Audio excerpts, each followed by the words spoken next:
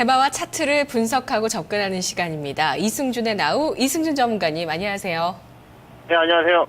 네, 지난 금요일에 테마나우에서 남해화학을 추천주로 주셨습니다. 비료주를 보셨는데요. 곡물 가격 상승, 또 전통적인 겨울 강세주, 펀더멘털 개선 이런 것들을 긍정적으로 해석을 해주셨는데요. 돌발 악재가 나왔네요. 네, 그렇습니다. 오늘 네. 그 횡령 선언 드림 혐의로 뭐 미등기 이사 한 분이 보니까 문제를 좀 일으켰네요. 이런 네. 부분 때문에 상장 폐지 상장 폐지에 그 해당 요건에 되는지 이런 이제 심사 기간 동안 거래 정지가 되는 이런 그 상황으로 지금 가고 있습니다. 예, 지금 430억 원 규모고요. 상장 폐지 실질 심사 대상인지 검토가 진행 중인 과정에서는 거래가 되지 않을 겁니다. 현재가에서 매수를 어제 권해 주셨거든요. 전 거래일에요, 금요일에. 네. 자, 대응을 어떻게 해볼까요? 손절가를 9,400원으로 일단 주시긴 했는데, 네. 자, 이 종목 어떻게 전망을 하시나요? 일단 이렇게 하셔야죠. 지금 상장 폐지 실질 심사를 해야 되는 기준에 해당이 되는가에 네. 이 여부가 결정이 나는 것은 보통 이제 3주 이내에 결정이 납니다. 그 거래일수로 한 15거래일 이내에 결정을 좀 내야 되기 때문에 이 기간 안에 결정이 나서 아마 뭐 긍정적으로 결론이 나게 되면은 이제 그 주권 거래가 좀 다시 재개가 될 텐데요. 아마 이 경우를 상정을 해봤을 때 일단 하락 출발이 좀 불가피할 것으로 생각이 됩니다. 급락 출발이 불가피할 것 같은데 단기적으로 제가 보기에는 좀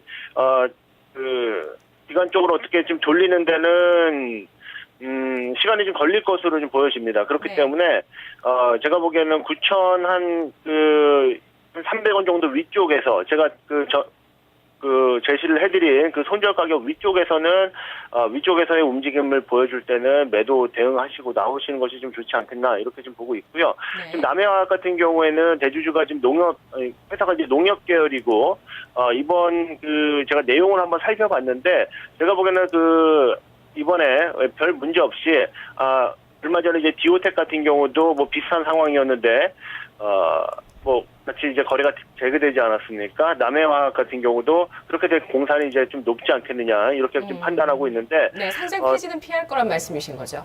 네, 아마 그 가능성은 굉장히 좀 적지 않은가 이렇게 네. 보고 있습니다. 근데 이제 네. 액수 자체는 이제 430억이라고 하면은 굉장히 좀 큰데 이것이 이제 배임 혐의에 해당이 되고 하지만 이 지금 그 조모 씨라는 이분이 완전히 이제 문제가 되는 부분은 생각보다는 조금 뭐랄까요, 상태 논의 자체는 피할 수 있는 여지는 뭐 네. 크다 이렇게 좀 보여집니다. 알겠습니다. 자, 뭐 시장에서는 늘 예상하기 어려운 돌발 악재가 존재하다 보니까요. 그래서 어려운 거고 백전백승하기가 힘든 건데요. 이런 소식이 나오다 보니까 전문가님 마음도 좀 안 좋으실 것 같아요. 계속 이 종목 좀 모니터 해주세요. 알겠습니다. 네, 어떻게 대응할지 저희가 책임지고 계속 전해드리겠습니다. 자, 테마나우 보겠습니다.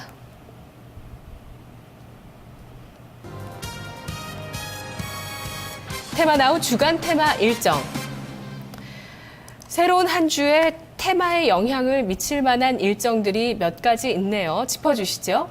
네, 일단 첫째로 뭐 엔터테인먼트 쪽으로 해가지고는 뉴스가 뭐 지난주부터 좀 나왔던 얘기인데 이하이 지난번에 SBS 슈퍼스타 뭐였죠? K-팝 스타죠.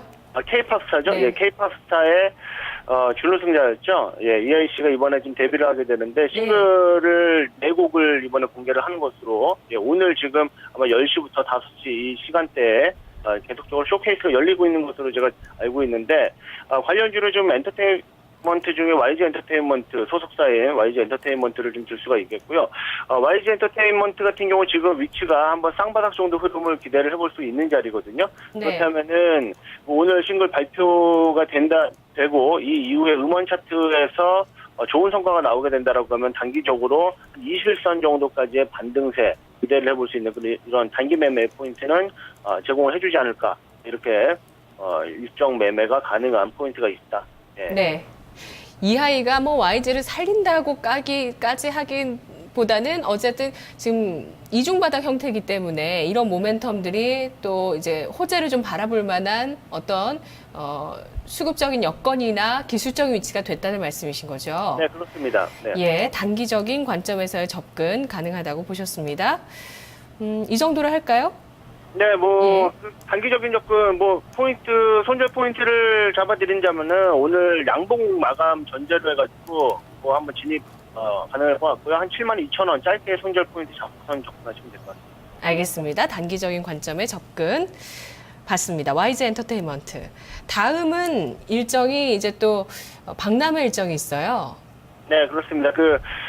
저탄소 녹색 성장 박람회가 내일이죠. 10월 30일부터 열리게 되는데, 이것과 관련해가지고는 얼마 전에 이제, 한번 급등을 했었던 이런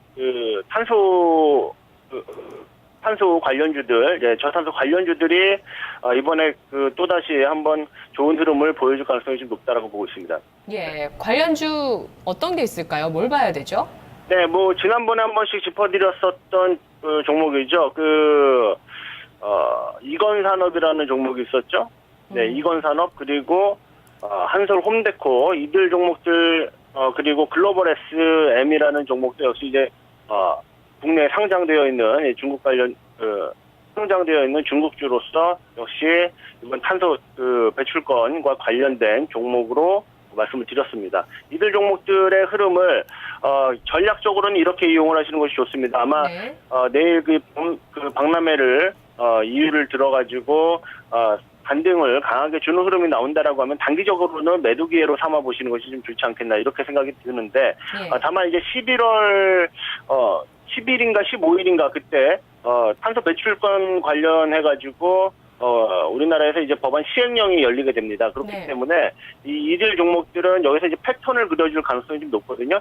차트를 한번 보면서 말씀을 드리겠습니다. 지금 네. 가장 강하게 흘러가고 있는 종목이 이건산업인데요. 오늘 지금 한 7.5% 정도, 장중에는 급등 흐름까지 보여줬다가 조금 밀려 내려와서 상한가 한번 갔었다가 밀려 내려와서 7, 8% 정도의 상승 포인트를 좀 주고 있는데요. 내일 정도 흐름이 더 강한 흐름이 나온다라고 하면은 단기적으로는 위쪽, 지난 10월 23일 매물을 좀 받아내는 구간으로 보시고 일단 매도 타이밍으로 잡아보시고요. 다만 이제 위쪽 이 구간대에서 양양 패턴을 그려줄 가능성이 좀 높거든요. 그렇다면은 다시 한번 5,000원 중반대 정도 구간대에서는 기다리셨다가 매수 포인트 잡아보시고 한 11월 중순 정도, 네. 초중순 정도까지 보유하시는 그런 전략이 가능해 보입니다. 알겠습니다. 11월에 또 탄소 배출권과 관련돼 있는 법안 심사 일정 확인하시면서 패턴을 그릴 가능성 이 종목군들 보시고요. 다음 마지막 일정입니다. 이 얘기는 뭐 테마나우에서 주인공이 되진 않았지만 짧게 계속 나왔어요. ICT 정책에 대한 대선 후보들의 관심이죠. 네, 그렇습니다. 네. ICT 관련은 이번에 뭐 큰 화두 중에 하나죠. 그동안 이제 뭐 스마트 뉴딜이라든지 예. 결국에는 우리가 어떤 국가 경쟁력을 다시 한번 확보하기 위한 몇 가지 키워드 중에 가장 중요한 키워드로 얘기를 하고 있는 것이 바로 이제 ICT 쪽, 정보통신기술 쪽인데요.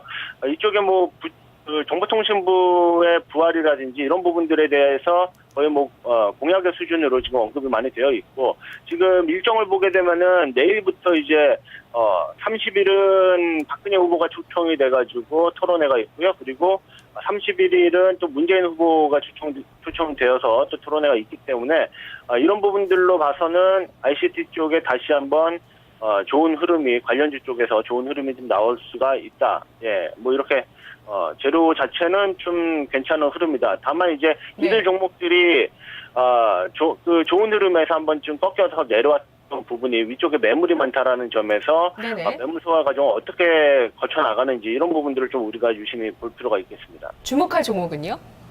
서화정보통신이죠. 일단 가장 관련주로는 좋은 흐름을 좀 보였었는데요. 지난 고점 흐름을 보게 되면 역시 이제 이번에 바뀐 뭐랄까요. 예. 이번에 정책이 좀 바뀌었죠. 그래서 42평에서 한 30% 정도 상승 구간, 이 구간대가 좀 저항대가 됐었는데 이런 부분들이 지난번에 고점을 형성을 해줬고 지금 다시 한번 지난번에 박스권 고점대에 위치해 있는 이 자리에서 반등 흐름이 나오고 있거든요. 오늘은 이제 장중에 상한가까지 갔었다가 역시 매물 부담에 의해 가지고 주가 좀 밀려 내려왔는데요. 네.